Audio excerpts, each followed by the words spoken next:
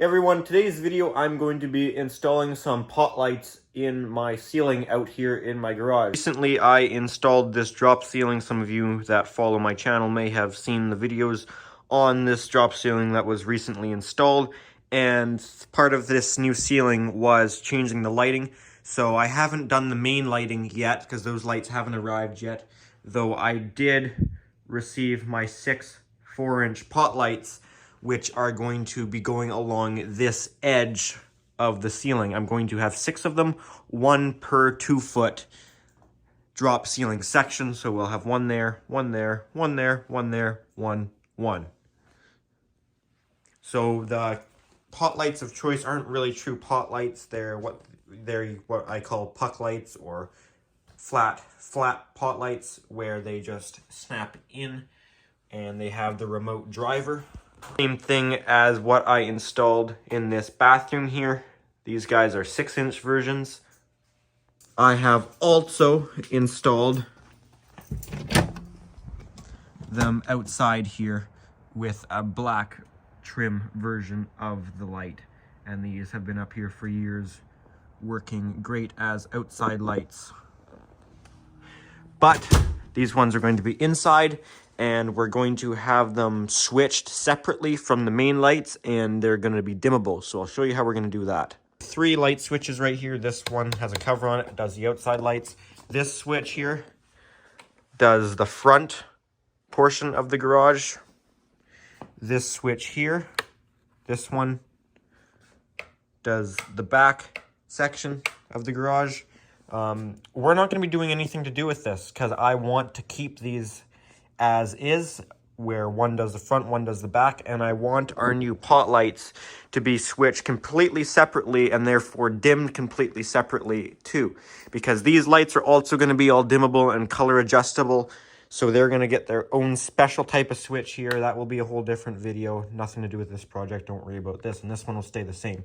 So these are going to be completely different switch altogether. But how am I going to get power there, and how am I going to do that? Well, I'm going to be using a Lutron wireless switch and dimmer. So these things are awesome. These are pretty cool. I'll just give you a quick rundown on it.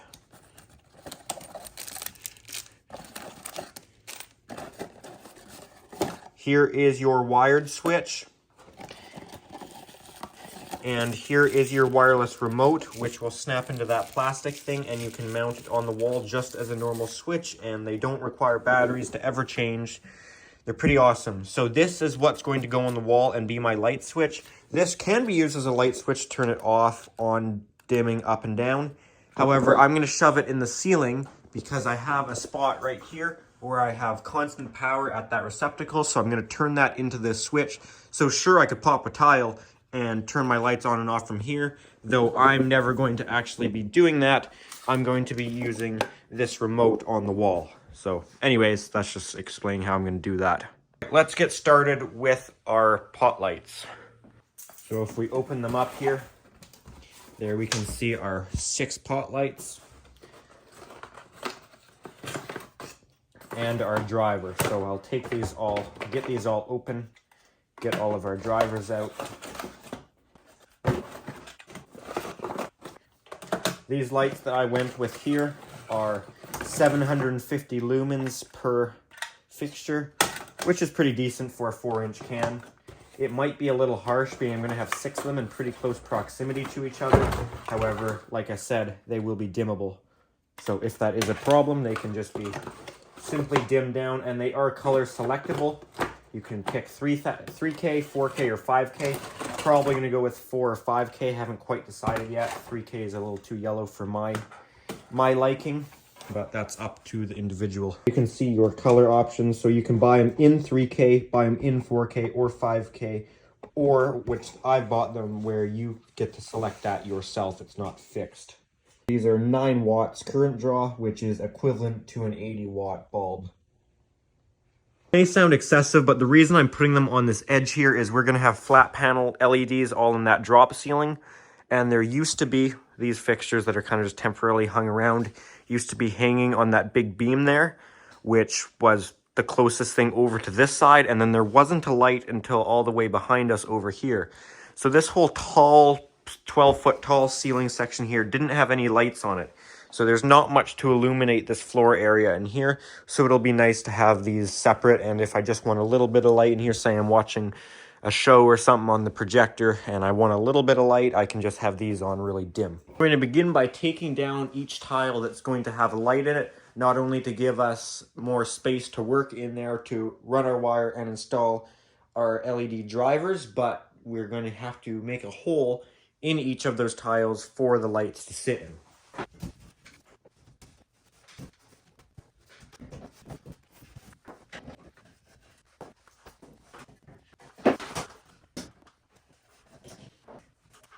Next thing I'm going to do is mount our LED drivers up there. So what we need to do is we will bring our Lumex or Romex, what you guys call it in the US, I'm in Canada, into the knockouts. Then they splice up to our hot neutral ground.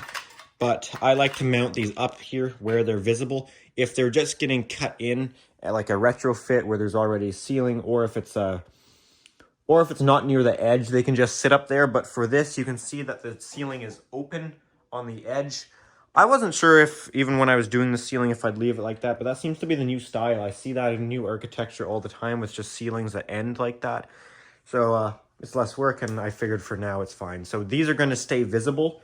So I want to use these screws on the top to mount them up there in a way that they all look somewhat symmetrical and they're not just all hanging out up there all crazy. So what I was thinking is we could probably mount each one up here, something like that. And the wire is decently long, so you can see that will still reach down far enough. So I think if we just measure to the center, I'm not exactly sure how high I should be mounting it. I think I'll put it right where this bottom edge is in line with the top edge of the ceiling. Take a tape measure and center it. It's not going to be exact.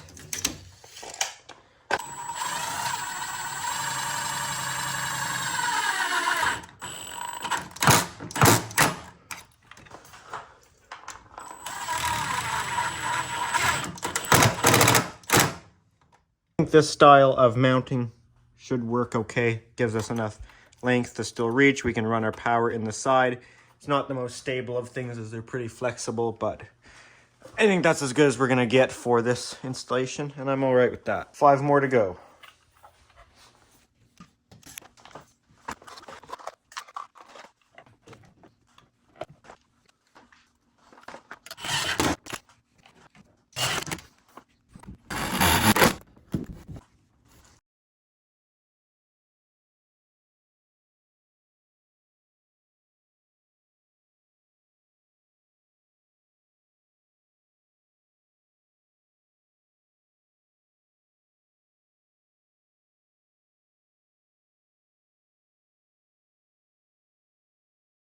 Okay, this first step of mounting all these drivers up here is all done.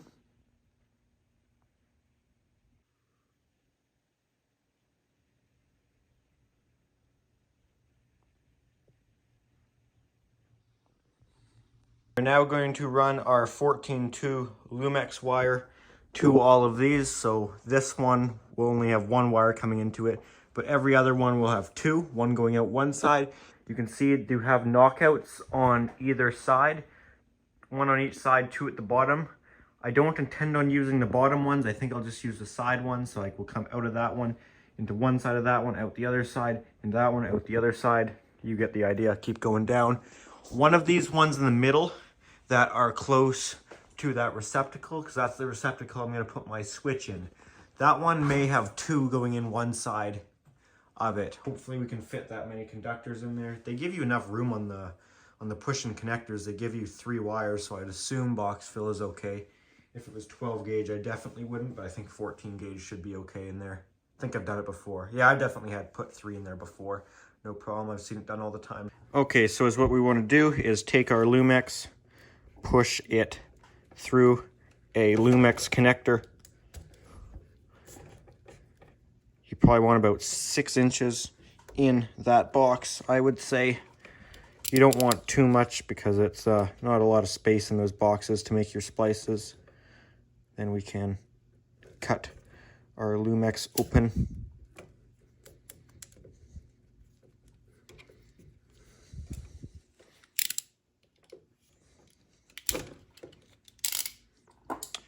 And then we'll go in one of these side knockouts.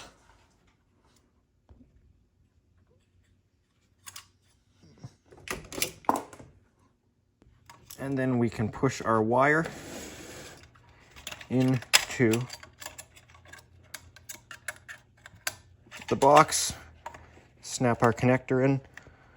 Sometimes they can be really tight. You don't want to just smash it in there or you'll bend the box. These things are so flexible. I like to grab a pair of channel locks. Just pinch the connector. And there you go, that's then snapped in. We can then make all of our splices, which these are really easy. These do use the push-in connectors. I like them for some things like this because they kind of take up less room and they're nice and fast. However, I don't use them on an actual electrical circuit like plugs and switches. It's definitely not a heating circuit because I don't really trust them that much. I've seen them fail before. I've been to places many times to fix problems that these things have caused when they've burnt up. So I don't really trust them, but if it's a really light load like this is only 9 watts, then I'll use them.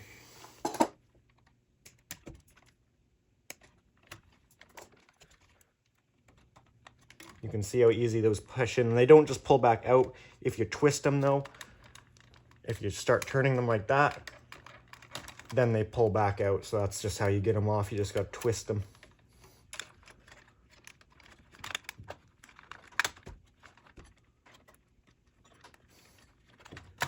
Okay, those are all fully seated in there. We can close up our junction box. Just like that. That first one's done.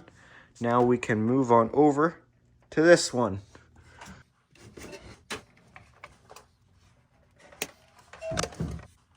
I'll just show finishing up this one and then I'll speed the video up more for the rest of them. I will strap them in between each box and they're each 2 feet apart. So if I put a strap in the middle, then that's within our 300 millimeters of the connection to the box. So we're all code compliant there.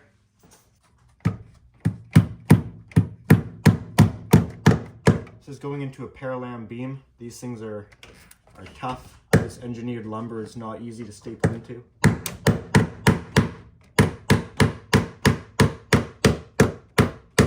That's why I actually grabbed a hammer this time and not the pliers. Looks like we left this a little longer than we needed to.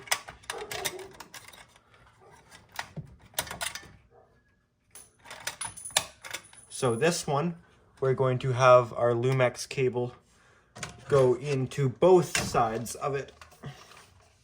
And that's going to be how everyone is, except for the end ones. And that one in the center that might have 3 actually.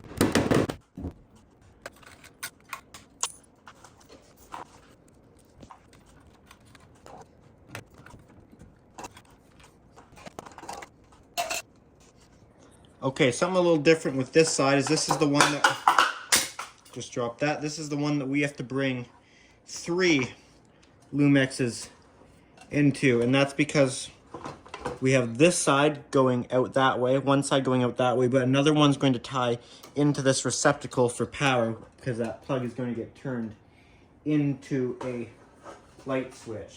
So I'm going to put 2 Lumexes into a connector, which you are allowed to do. These are rated for 2.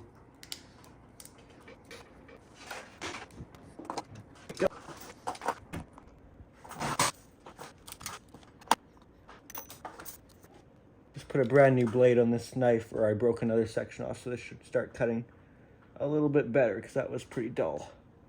So I cut all the ceiling tiles with this knife, and I've done a bunch of actual electrical work, not at my house, too, with this, so it was due.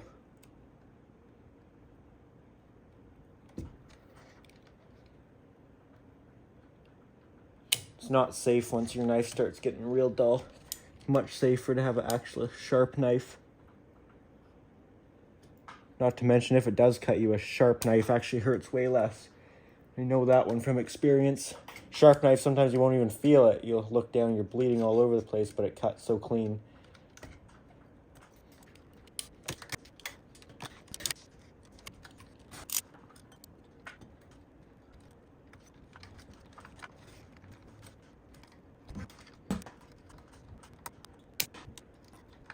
By the way, there is an adjustment in the box, right?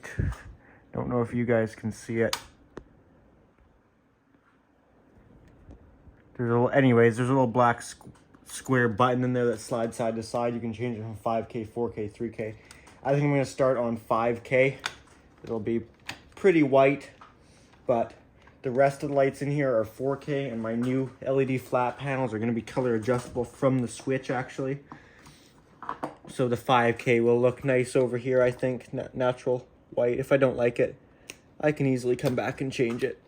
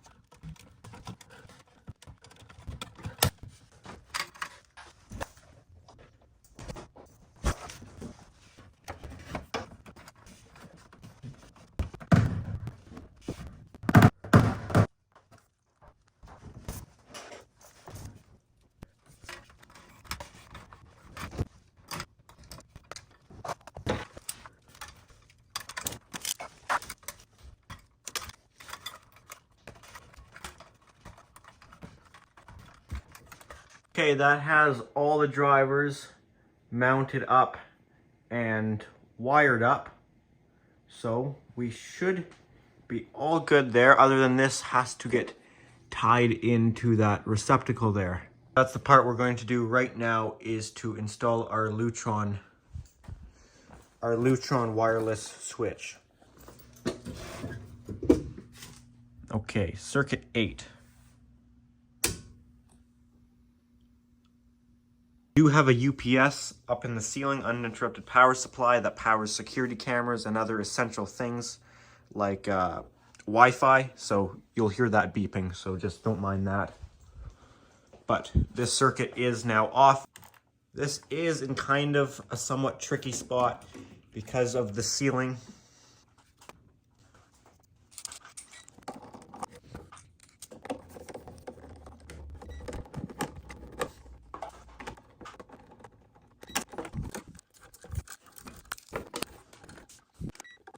I have plenty of length here, so I'm not worried about cutting it. Just re-strip it. This is our Lumex brought off of the lights. It needs to be tied into that box.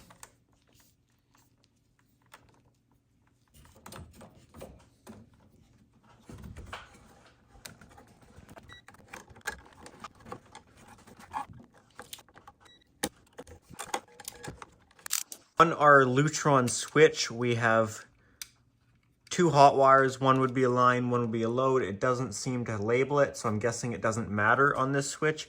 We also have a ground, which in Canada, our plastic boxes have a grounding strap, and for switches, we don't require a ground. We don't have to use it. So I'm gonna chop this off, or it might just pull off.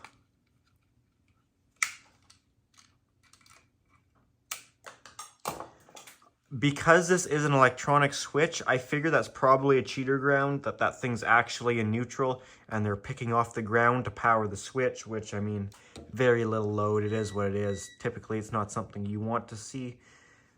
But that's how lots of these wireless and that's how lots of these smart switches are now, as they use the ground as a neutral, which is kind of not great to see, but that's just how it is. So we can splice the grounds and neutrals together up there. All we need left is the hots.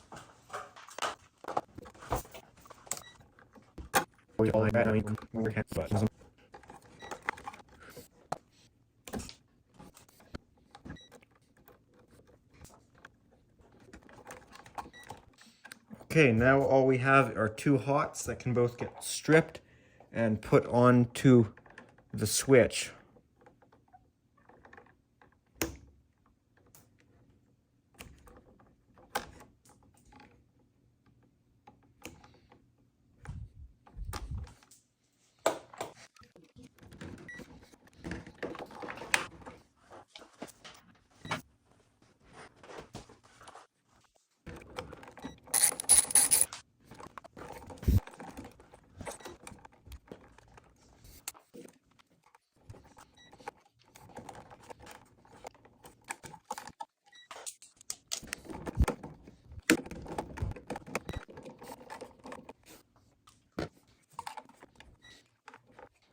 Now turn the power back on and pair the switch to the remote.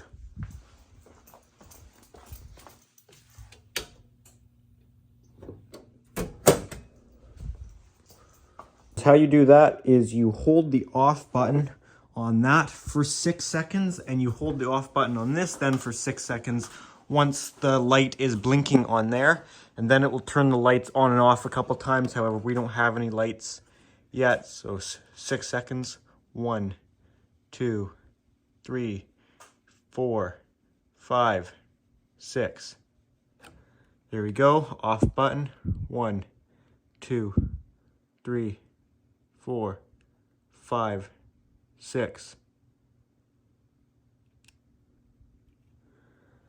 These are now pairing. And there you can see it is paired. Turn it on. Starts off dim, goes all the way up. Can turn it off. You can do it. You can do the dimming up and down. All right, there's that mounted up. Okay, I've mounted up our wireless remote. To be honest, I don't even know how you're really supposed to mount these things. I kind of messed around with it a bunch of different ways. I kind of got it as best it will go, but it's not sitting exactly flush. So it's kind of annoying, but that seems to be the best I can come up with. So maybe I'll change that if I figure out anything more. So now I think we can cut holes in all these tiles for our lights to go up. So I'm just going to find the center of the tile. We'll go corner to corner here.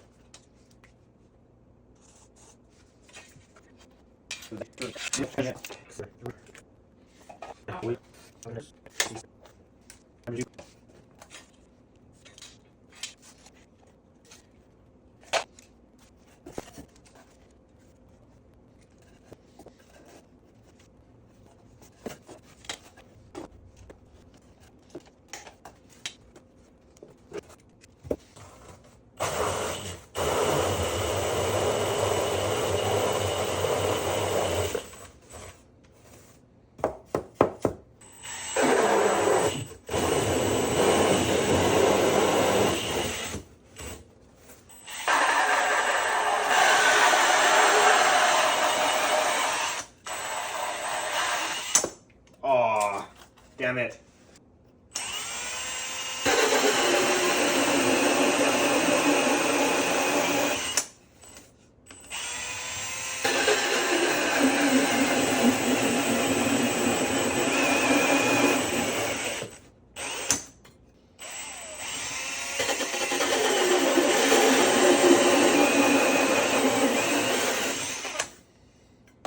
I don't know if the trick there is to go really fast, because I'm barely pulling on the trigger. Like, I'm not giving it much power at all, because I don't want it to go too crazy on me. All right, let's start putting our lights up. Let's start with that broken tile, just so I can get that one done with. I really honestly wouldn't be surprised if I break more, because they are pretty delicate, especially when they're cut like this.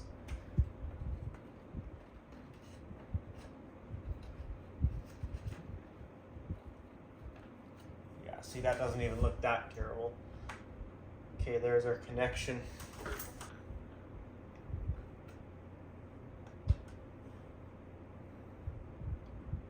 Align the arrows. And apparently it's already on.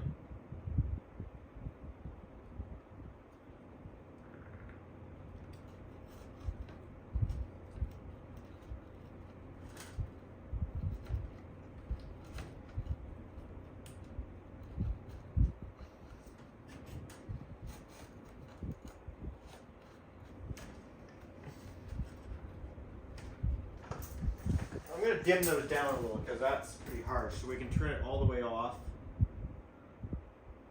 Turn it all the way on.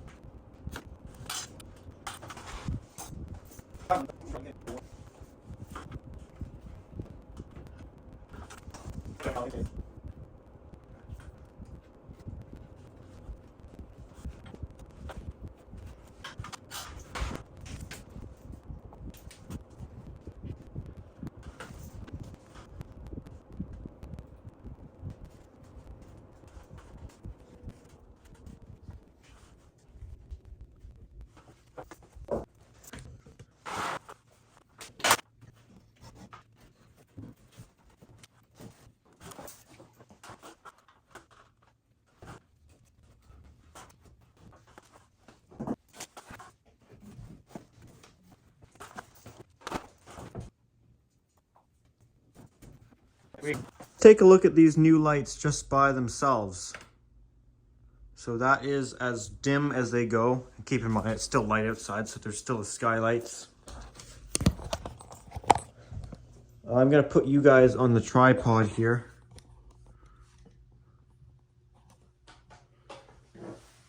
So that is as dim as they go. We can turn them off. We can turn them on to full brightness. Wow, that's pretty good. It's cool too because when you hit the off button, they don't go straight off, they dim off. Same when you turn them on, they don't come right up to full brightness instantly. They go up slowly. You can turn it all the way off.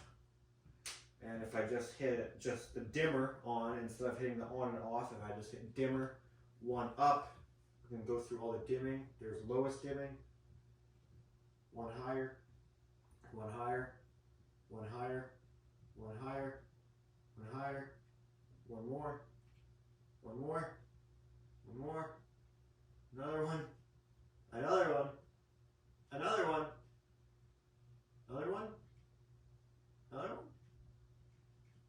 Oh, they are still going. I thought it stopped. It's still going though. And I can dim it down. I can hold it. Like I was just hitting it once at a time. If I hold it, let go, it'll stop it wherever I want to. I feel like this amount, like having it all the way dimmed, would be really nice. So when I want to watch stuff on my projector, because I got my projector over there, and I typically use it at night because that's when I'm free, to have free time. So that's when I'll watch stuff on my projector and stuff. But you can't have the lights on, or then it makes the picture look worse. But otherwise, it'll be completely dark, and then you get up to go pee or something, and it's real dark. So I'm hoping this will be a good amount of light, where it's not gonna like light up over here too much, but it will still have some light. I really like the look of it. The look of the drivers and the Lumex up there isn't a great look. At least they're all over top of the light, so it looks half decent, I guess. Could be worse. Well, guys, that about does it for this recessed light install. I think I am pretty happy with how these are looking. Now that it's a little bit darker outside, it's still somewhat light out, but it's getting darker. I can probably give you guys a better demonstration of how it works one last time.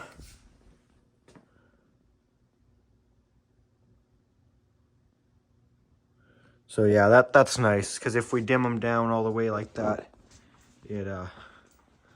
I like that amount of light. They're showing up a lot more yellow on camera than they are in real life, and it's sort of just illuminating the walls that are right beside it, and other than that, not really too much at all. Actually, the camera's kind of over adjusting. How does it look in real life? Right about there.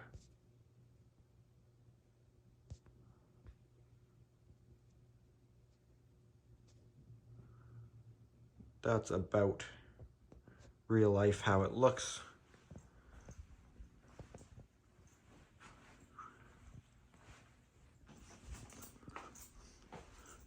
If I turn them all the way up, that of course brightens it up quite a bit more.